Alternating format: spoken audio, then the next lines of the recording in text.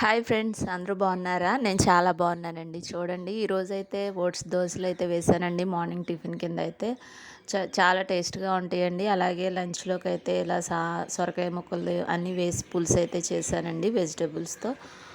Fry curry ఒకటి చేశానండి, తెలగపిండి curry. అది చాలా మంచిదండి. ముందుగా అయితే వీటి ప్రాసెస్ చూద్దాము.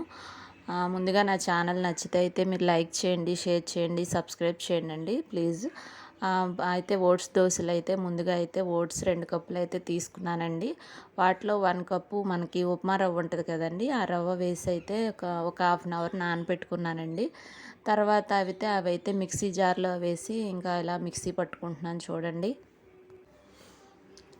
ఇలా అంతా కలిపి అయితే మిక్సీ జార్లో వేసుకుంటున్నాను చూడండి. ఇలా మిక్సీ జార్లో వేసుకుని చక్కగా మనం మిక్సీ పట్టుకోవాలండి మెత్తగా. దోశ ప్యాటర్న్ ఏ విధంగా అయితే వస్తుందో అలా అయితే చక్కగా దోశ పిండి అయితే రెడీ అయిపోతుందండి. చూడండి, మిక్సీ అయితే పట్టేసుకున్నాను. చూడండి పిండి అయితే ఎంత బాగా వస్తుందో. దోశల టేస్ట్ అయితే చాలా బాగుంటుందండి. ఇప్పుడైతే మనకి చాలామంది డైట్ చేయాలని ఇలా ఉంటారు కదా, వాళ్ళకైతే ఈ ఓట్స్ కూడా చాలా బాగా పనిచేస్తాయండి. చూడండి దోశ ప్యాటర్న్ ఎంత బాగా ఉందో. ఇలా మిక్సీ పట్టుకున్న దాన్ని ఒక గిన్నెలో మారుస్తున్నాను చూడండి. ఇలా అంతేనండి. దీనిలో అయితే ఇంకా కొంచెం క్రిస్పీ కోసం అయితే నేను హాఫ్ కప్ అయితే బియ్యపిండి కూడా యాడ్ చేస్తున్నాను చూడండి. బియ్యపిండి కూడా యాడ్ చేసి మిక్స్ చేసుకోవాలి. ఇలా మిక్స్ చేసుకోవాలండి. అలా మిక్స్ చేసుకున్న తర్వాత మనం ఇందులో తగినంత సాల్ట్ కూడా యాడ్ చేసి కొంచెం వాటర్ పోసుకోవాలి. ఎందుకంటే థిక్గా ఉంది కదండి, కొంచెం వాటర్ పోసుకుంటే చక్కగా మనకి దోశ ప్యాటర్న్ అయితే రెడీ అయిపోతుంది చూడండి. ఇలా మంచిగా అయితే పిండిని మిక్స్ చేసుకుని ఒక 15 మినిట్స్ అలా పక్కన ఉంచుకుని తర్వాత అయితే ప్యాన్ పెట్టుకోవాలండి. ప్యాన్ వేడైన తర్వాత మంచిగా అయితే నేనైతే ఇలా ఆనియన్తో అయితే క్లీన్ చేసుకుంటానండి. ఆయిల్ రాసి చక్కగా చేసుకుంటే మనకి దోశ టేస్ట్గా కూడా వస్తుందండి. చూడండి దోశ అయితే ఎలా కనిపిస్తుందో బాగా వస్తుందండి.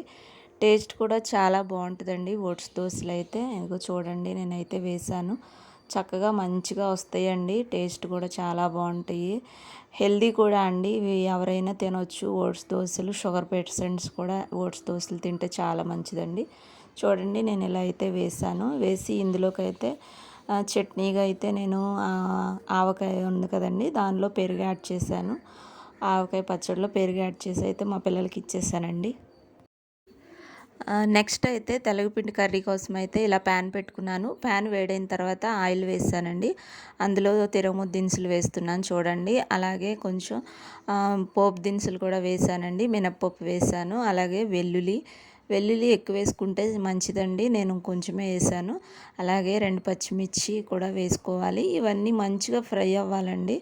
అలా ఫ్రై అవుతే ఇంకా కర్రీ చాలా టేస్ట్ వస్తుంది చూడండి. ఇలా ఫ్రై అయిన తర్వాత ఇందులోనే నేను ఎండుమిర్చి కూడా వేసాను. అలాగే కొంచెం కరివేపాకు వేసి ఫ్రై చేసుకోవాలండి. ఇవన్నీ ఫ్రై అయిన తర్వాత కొంచెం చిన్నగా కట్ చేసుకున్న ఆనియన్స్ కూడా వేసి మంచిగా గోల్డెన్ కలర్ వచ్చే వరకు ఫ్రై చేసుకోవాలండి. చూడండి, నేను ఇలా ఫ్రై చేసుకుంటున్నాను. ఇలా ఫ్రై అయిన తర్వాత ఇందులోనే మనకి సాల్ట్ కొంచెం యాడ్ చేసుకోవాలి. సాల్ట్ కొంచెం కారం కూడా యాడ్ చేసుకోవాలండి. చూడండి, ఈ తెలగపిండి కర్రీ అయితే చాలా బాగుంటుందండి. మనకి డెలివరీ లేడీస్ ఉంటారు కదా, డెలివరీ అయిన వాళ్ళకైతే ఇస్తే పిల్లలకి బాగా పాలు పడతాయి అంటారండి. ఆ టైంలో ఎక్కువగా యూజ్ చేస్తారు ఈ తెలగపిండి కర్రీని. టేస్ట్ అయితే చాలా బాగుంటుందండి. చాలా మంచిది కూడా హెల్త్కి. ఇదిగో చూడండి, ఉప్పు కారం వేసుకున్న తర్వాత నేను ఈ కప్పుతో అయితే 1 కప్ అయితే తెలగపిండి తీసుకున్నానండి. అలాగే 1 కప్పు వాటర్ యాడ్ చేశాను. ఇవైతే చక్కగా మరలించాలి. బాగా మరులుతున్న టైంలో మనం తెలగపిండి అయితే వేసుకోవాలి.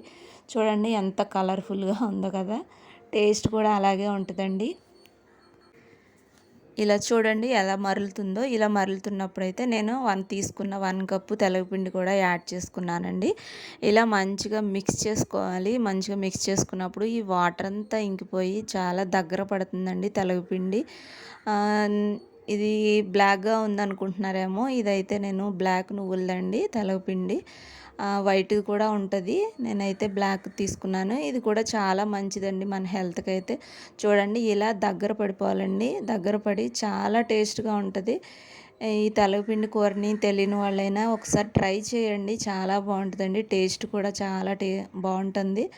ఇగో చూడండి ఎలా అయిపోయిందో. ఇలా దగ్గరకు అయిపోయిన తర్వాత అయితే ఇంకా మనం దించేసుకోవడమేనండి.